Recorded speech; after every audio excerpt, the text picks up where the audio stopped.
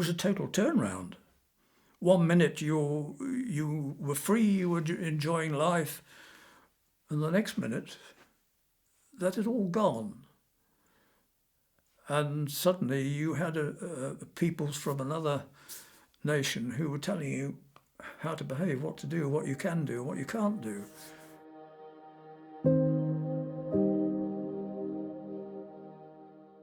My father was Vicar of St. Cyprian's in Carlton, Nottingham, and he exchanged livings with the Reverend Vartig Evans of St. Mark's, Jersey. And they moved in September of 38, I think it was September, but I actually arrived in the October.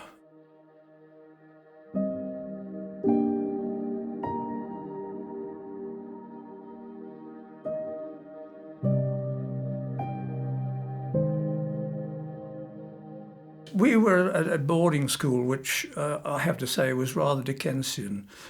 So our lives were very structured. And to arrive on a little island where there was total and utter freedom, it was an absolute joy. Both my elder brother and I fell in love with the little island very rapidly.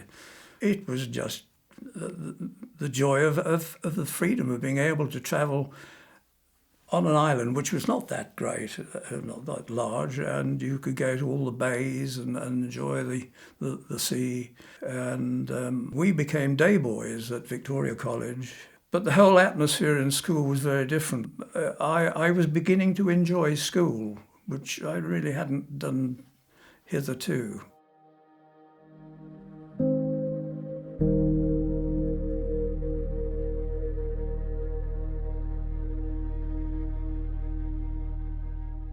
I remember very vividly the Sunday, the service, would be 3rd of September 1939, wasn't it?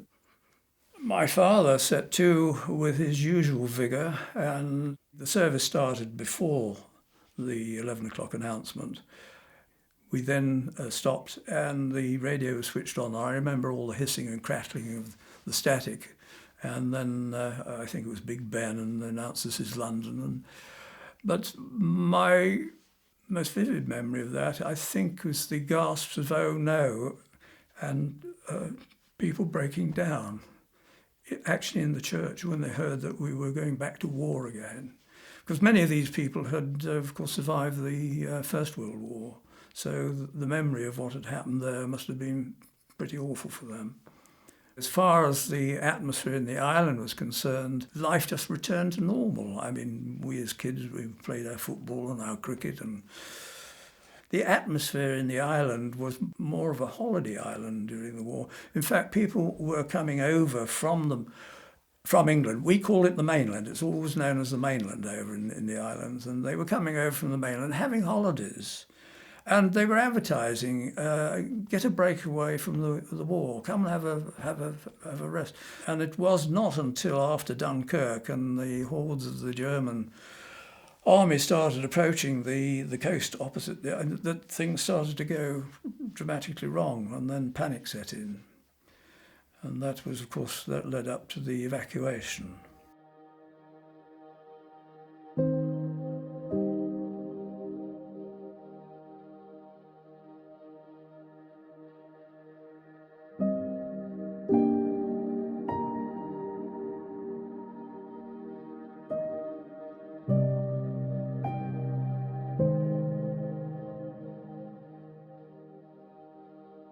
My father wanted my mother to take the four of us back to the mainland.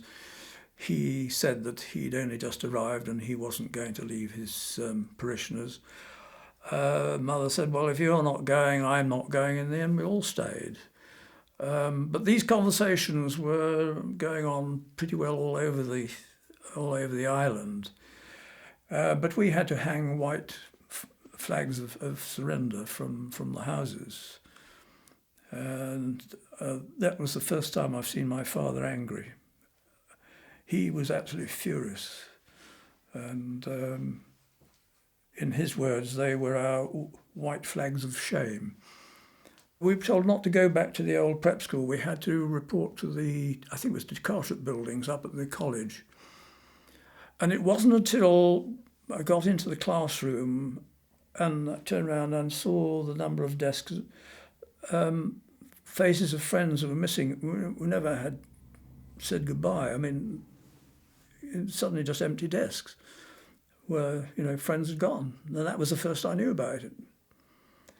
And that I found quite disappointing, quite moving. That upset me for a while.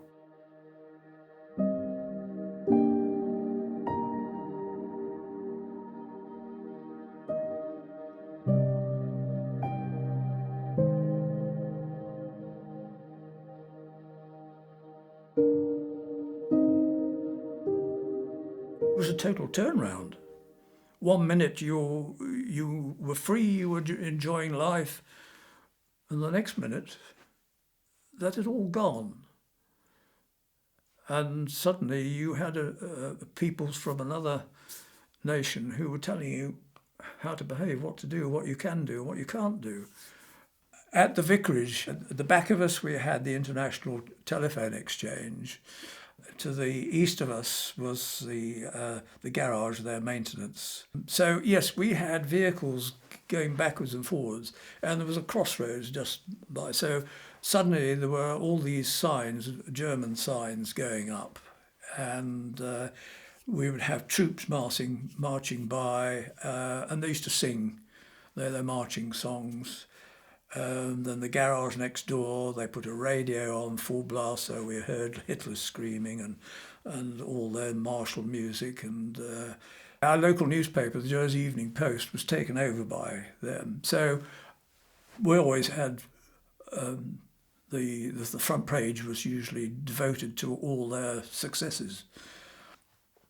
The first 2 years of the German occupation was one of the Nazis crowing on the radio and in the papers of all their successes. And they were sinking our ships. They were knocking 6 bells out of us in North Africa. So from our point of view, as youngsters, there didn't appear to be much of a future, if a future at all. It was pretty depressing, I can tell you. I don't think you appreciate your liberty until it has been removed from you.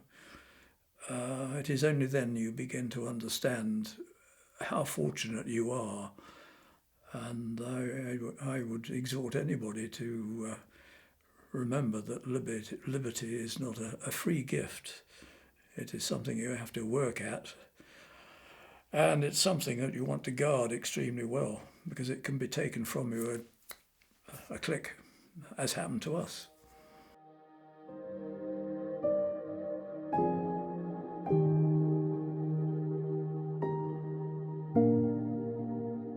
We were a good 75%, if not more, concerned from day to day about what we were going to eat and how we were going to survive. For us, it was filling the belly. Effectively, our staple diet were potatoes and bread. And now the bread eventually became sort of a brown, it was almost like chewing cardboard. We didn't have tea and coffee, so we had substitutes. Sugar beet tea, acorn coffee.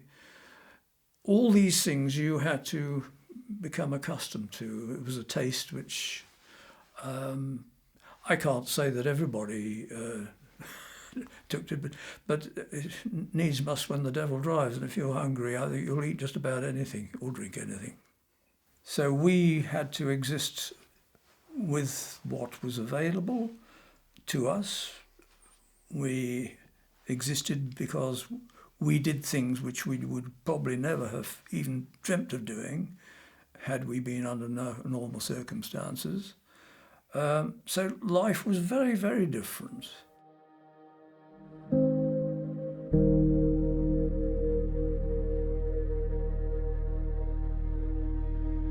For us, the church became not just a church, not a place of religion. It was a community centre, and where people, if they were in trouble, wanted help, this is where you could get it. And it was amazing the contacts that you could make in places like that.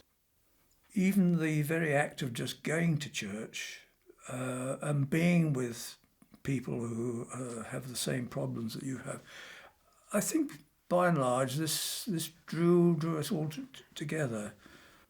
All gatherings had been banned, but not church. And believe it or not, we would sing the national anthem, and that would be done on occasions. There would be German troops actually in the church. They were Christians in amongst this lot, and they would stand up whilst we were singing the national anthem, which I found quite strange. And prayers were said for the royal family and our armed forces every Sunday. My father never let up.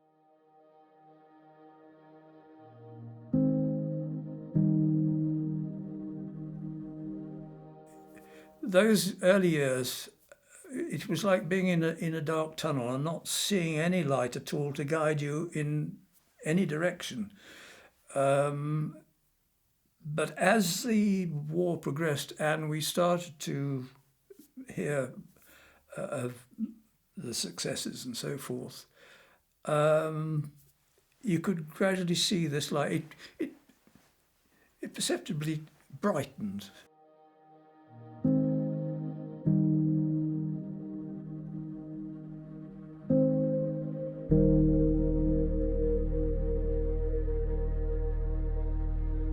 Oh, that was emotion. Emotion you'd never believe. Well, I call it the Royal Square of Smiles. Everybody was shaking hands and smiling and laughing, and then suddenly we heard the loudspeakers starting to crackle, and you could have heard a pin drop. Just silent expectation. We were waiting for, I call him our hero of the moment. That was Churchill. And of course we listened intently, and when he mentioned our dear Channel House, of course it went out in a roar. Ha! Yeah. Yes, there were more tears and more laughter and more cheers, and we sang our national anthem and the flags went up, and then I rushed back to the church because I was one of the bell ringers and we were ringing out the peal of peace, and all our names are carved up in there. I went up to see them recently, and then we went down into the choir, and we'd been practicing the Hallelujah chorus, believe it or not. And my father, unbeknown to us, had written a hymn of liberation. Ironically, it was set to a German hymn tune. But it was a very, again, emotional day. I went home, and not like a lot of people who went off down, I went home. We had a radio which I'd pinched from next door some weeks before, but that's another story.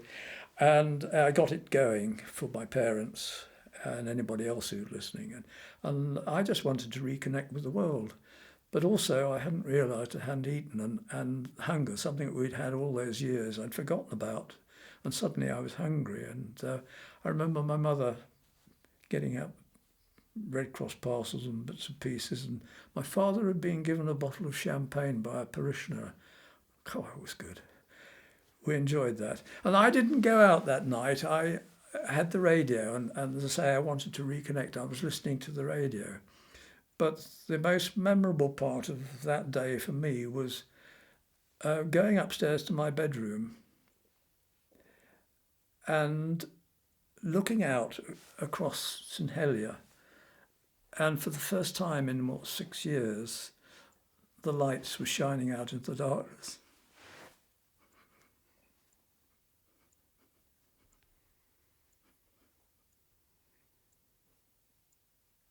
We were at peace.